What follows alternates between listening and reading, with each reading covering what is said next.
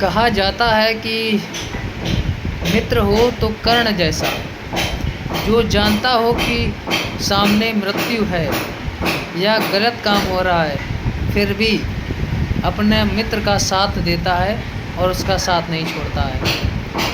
जब श्री कृष्ण कौरव और पांडवों के बीच हुए वाद विवाद की मध्यस्थता के लिए एक संधि प्रस्ताव लेकर दुर्योधन के राज दरबार में जाते हैं और वहाँ पर दुर्योधन उन्हें अपमानित करके और उन्हें बंदी बनाने की कोशिश करता है, तो वहाँ से क्षुब्ध होकर लौटते हैं। उसी वक्त उनकी मुलाकात होती है महारथी दानवीर कर्ण से। तो कर्ण कहता है कि आइए मैं आपको द्वार तक छोड़ आता हूँ और इसी बहाने कुछ वाद विवाद संवाद हो जाएगा। तो वो दरवाजे तक बाहर रथ तक छोड़ने जाता है। उसी बीच कृष्ण उनको एक ऐसी सच्चाई से रूबरू कराते हैं जो कि अभी तक उनको ज्ञात नहीं था कर्ण को। वह बताते हैं कि आप सूतपुत्र नहीं हैं, जो आपकी माता हैं राधे, आप उनके पुत्र नहीं हैं, आप कुंती के पुत्र हैं। आप सूर्य पुत्र कर्ण हैं। कुंती के विवाह से पूर्व जन्मे सूरज देवता के आशीर्वाद से जन्म हुआ है आपका, और आप कुंती पुत्र हैं और पांडवों के ज्येष्ठ हैं।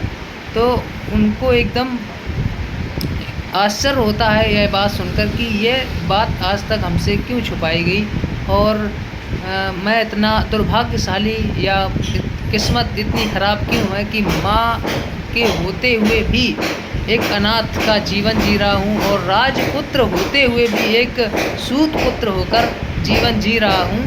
तो इस कहानी से मैं ये बताना चाहता हूँ कि ये सारी जानकारी उनको मिल गई।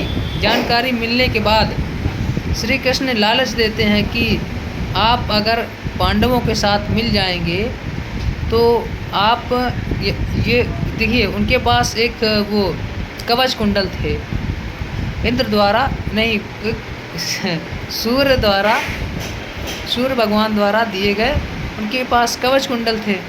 तो कहा जाता है कि जब तक उनके पास कवच कुंडल रहेंगे तब तक उनकी जय निश्चित है। तो कवच कुंडल के होते हुए वैसे भी पराक्रमी तो था ही, ये सब होते हुए पांडवों की जीत निश्चित नहीं थी। तो कृष्ण ने कहा कि आपको यह सब राजगद्दी मिल जाएगी, सब कुछ आपका ही है, पांडव आपके हैं, कौरव आपके दुश्मन हैं, कौरव आपके भाई नहीं हैं, जो कि आपको अपना भाई समझते हैं, आपको अपने भाइयों के समक्ष लड़वा रहे हैं। तुम्हारे जरिए वह यह युद्ध, यह साम्राज्य जीतना चाहते हैं। तो उनको सब ज्ञात हो गया है। तब वो कहता है कि मतलब भरी समाज में उसको वह इज्जत दी दुर्योधन ने, तो वह हमेशा उसका ऋणी रहता है और उसका एहसान मानता है। तो वो कहता है कि मित्रता बड़ा अनमोल रतन, कब उसे तौल सकता है धन। मित्रता बड़ा अनमोल रतन, कब उसे तौल सकता है धन। जीवन का मूल समझता हूँ और धन को मैं भूल समझता हूँ। ये रामधारी सिंह दिनकर द्वारा रचित रश्मिरथी खंड काव्य से ली गई पंक्तियाँ हैं। तो हमारे देश में हमारी संस्कृति कुछ इस प्रकार रही है।